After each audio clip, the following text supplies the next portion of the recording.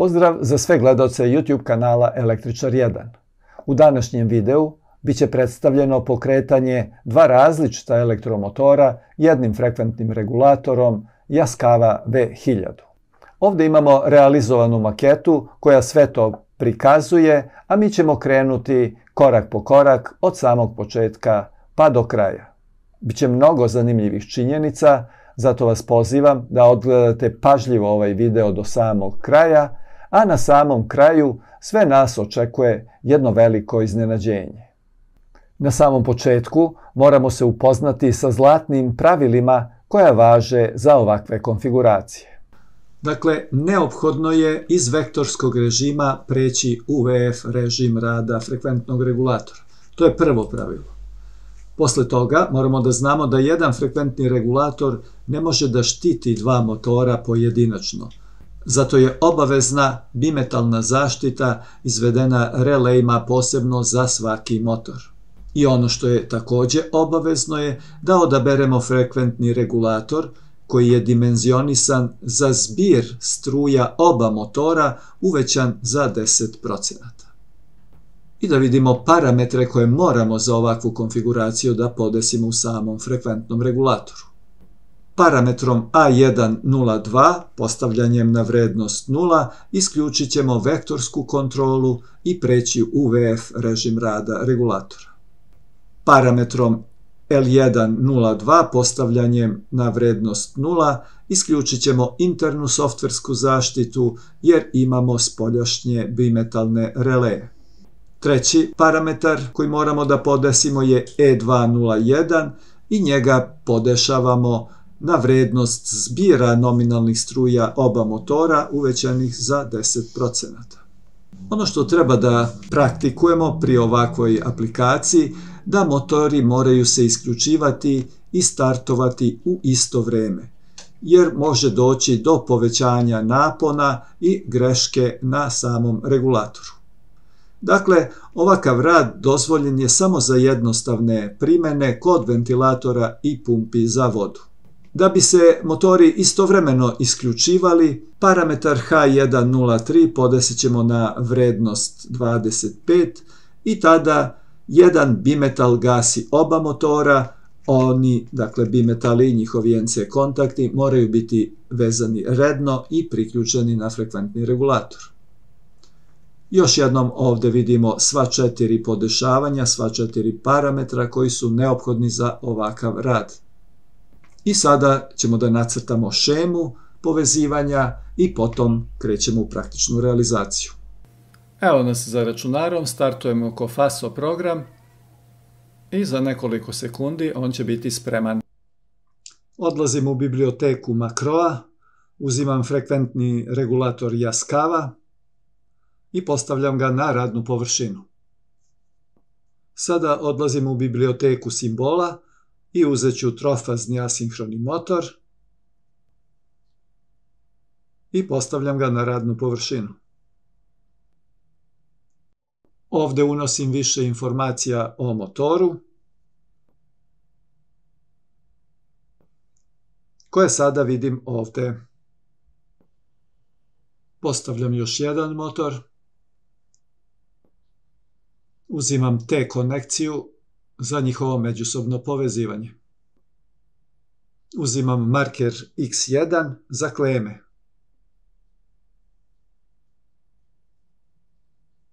I četvrtu vezu pretvaram u P vezu, dakle uzemljenje. Automatski se menja boja i tip linije.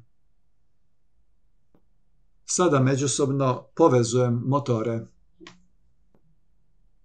Postavljam kleme i za drugi motor.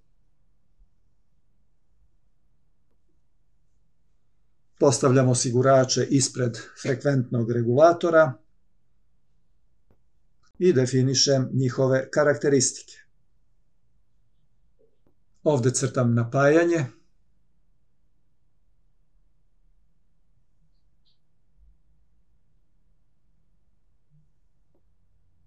Odlazim na drugu stranu projekta i postavljam elektromagnet kontaktora. Definišem Siemens kontaktor.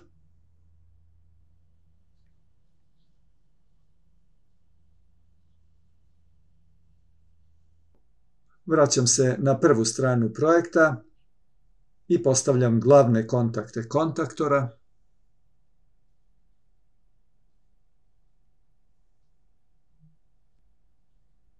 I upisujem njegove karakteristike. Na drugoj strani sada vidim pridružene energetske kontakte elektromagnetu i oni su sada jedna celina. Naravno, isto radim i za drugi kontaktor.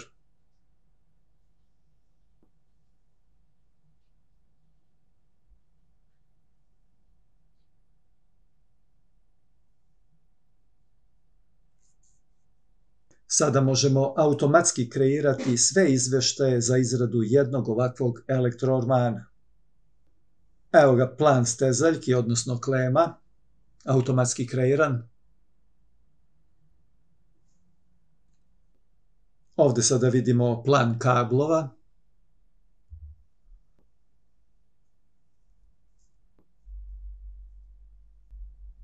Ovdje imamo plan povezivanja klema u ormanu sa opremom izvan njega. I na kraju imamo također potpuno automatski kreiranu i listu svih uređaja.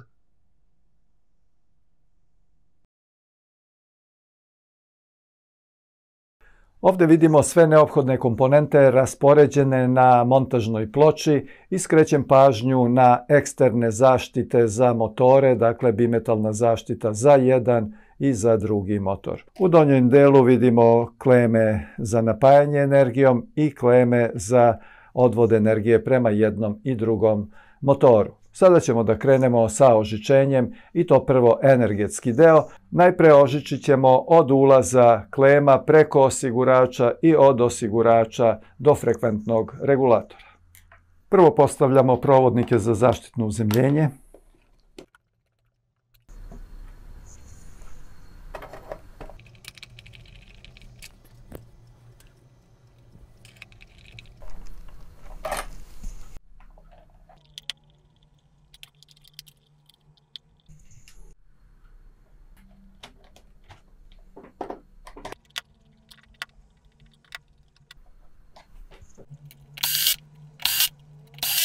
I odmah odavde komandni napon prebacujemo na komandni osigurač. I sada sa glavnih osigurača energiju vodimo na ulaz frekventnog regulatora.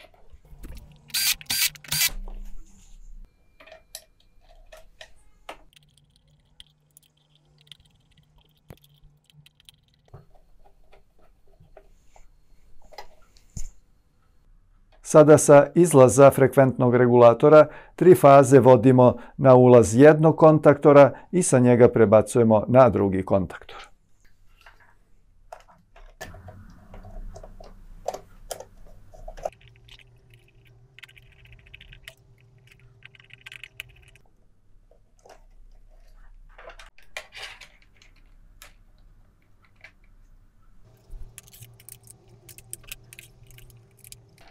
I odavde prebacujemo na drugi kontaktor.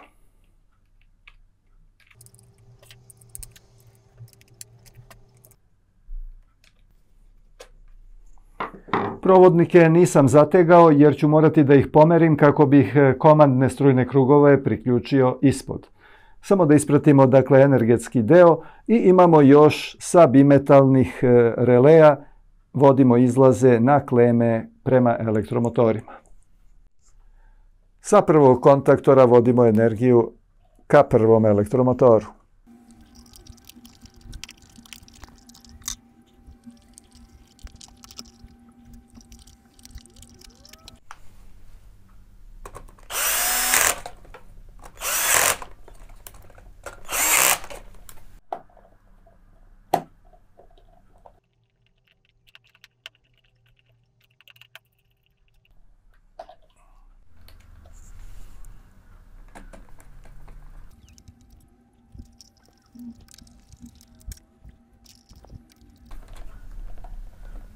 Neutralni provodnik nam je potreban samo za komandu kontaktora, dakle sa ulaza vodit ćemo ga na priključnu tačku A2 kontaktora. i odatle ćemo prebaciti i na drugi kontaktor, na A2.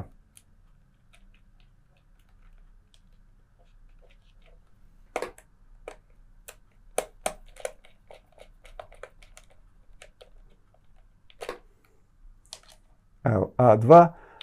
I ovdje imamo gužvu energetskih provodnika, zato ih malo pre nisam zategao, da mogu da ih skinem i zašrafim ovaj provodnik.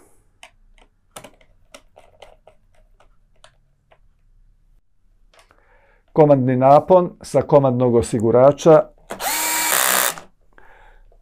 vodit ću na 95 kontakt jednog bimetala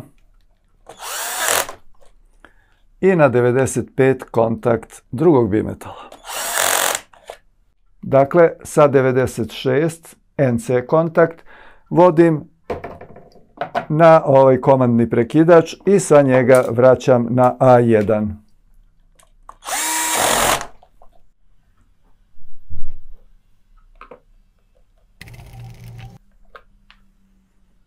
Isto to ponavljamo i za drugi kontaktor. Dakle, evo dovodimo komandu na A1.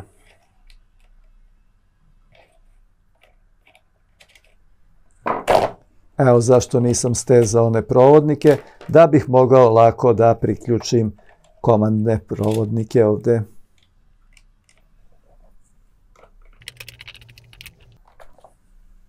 Vraćamo energetske provodnike i zategnut ćemo ih.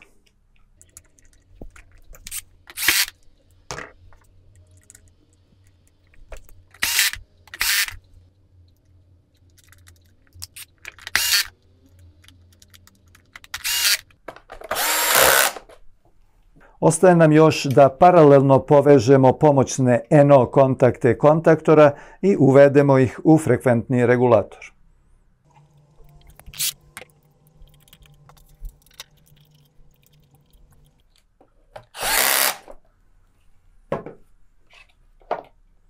Ovo je paralelna veza naših NO kontakata kontaktora i evo su izvodi te zajedničke paralelne veze i to ćemo da ubacimo u frekventni regulator.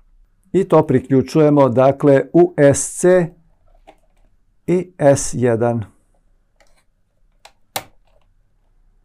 Tu će naš frekventni regulator da primi informaciju kada su kontaktori zatvoreni i krenut će da startuje motore. Poklapamo frekventni regulator.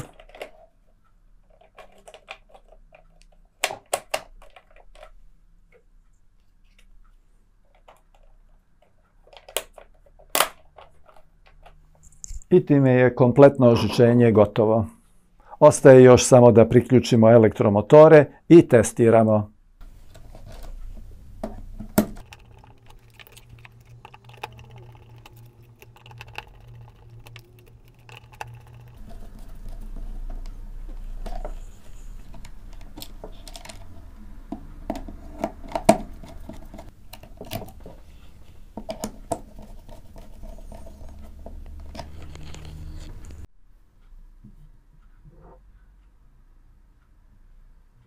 Evo najprije ćemo da testiramo komandni strujni krug. Uključujem komandni osigurač i aktiviram prekidač. Dakle, prvi kontaktor je zatvoren, krenuo bi prvi elektromotor da je bio uključen energetski deo. Uključujem drugi prekidač, zatvara se drugi kontaktor i krenuo bi drugi elektromotor. Evo testiramo bimetalnu zaštitu. Dakle, ako dođe do preopterećenja motora, isključit će bimetalna zaštita i vidite da se kontaktor deaktivira. Sada ćemo da podignemo i glavne osigurače, dakle pustit ćemo i energetsko napajanje. Dakle, vidite da je frekventni regulator dobio napon i vidimo na njegovom displeju prikazuje se frekvencija 50 Hz. Sada ćemo da krenemo, odnosno da startujemo prvi elektromotor. Obratite pažnju, on se zaleće postepeno jer je tako definisano u frekventnom regulatoru.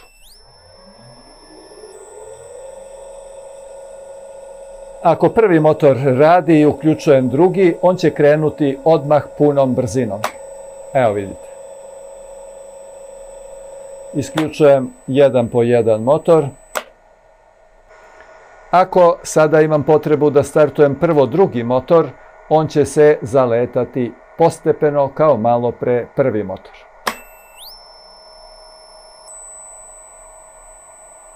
Uključujem drugi motor. Isključenjem komandnog osigurača sve staje. Dragi gledaoci, nadam se da je ovo bilo zanimljivo i korisno za vas, da ste naučili nešto novo ili bar obnovili ono što ste znali. A sada, na samom kraju, kao što sam najavio, jedno veliko iznenađenje za sve nas. Naime, kompanija Cofaso, čiji sam softver koristio na početku ovog videa, poklanja svima koji su zainteresovani punu komercijalnu licencu na period od 6 meseci. Potrebno je samo da kod koji se nalazi u opisu ovog videa stavite u naslov maila i pošaljete ga na adresu cofaso@cofaso.com. Prijavljivanje je omogućeno do kraja januara 2026. godine. Pored toga, kompanija Cofaso poklanja i edukativne licence svim tehničkim fakultetima i svim elektrotehničkim školama. Hvala što ste ostali do samog kraja videa, podelite ga sa svojim prijateljima i pozovite ih da se prijave na YouTube kanal Električar 1. Do narednog videa, mnogo vas pozdravljam.